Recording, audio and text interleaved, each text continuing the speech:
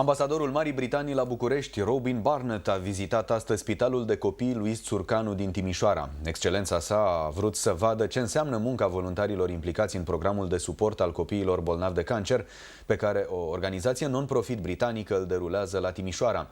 Efortul tinerilor voluntari este lăudabil, a apreciat ambasadorul, după numai o oră petrecută alături de micuții internați în secția de oncopediatrie.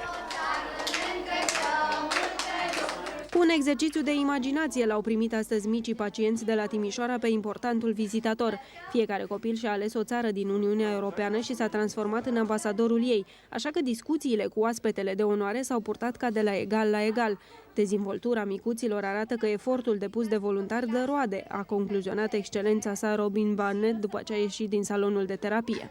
Am văzut aici o echipă extrem de dedicată la spital, lucrând împreună cu un NGO extraordinar, Little People Temerare, pentru a da grijă, sprijin și o viață mai pozitivă pentru copiii care suferă cu cancer. Cei 11 studenți voluntari de la Facultatea de Psihologie a Universității de Vest din Timișoara desfășoară activități care îi ajută pe micii pacienți să își depășească teama, să își mărească stima de sine și să se familiarizeze mai ușor cu procedurile medicale dureroase și cu mediul spitalicesc.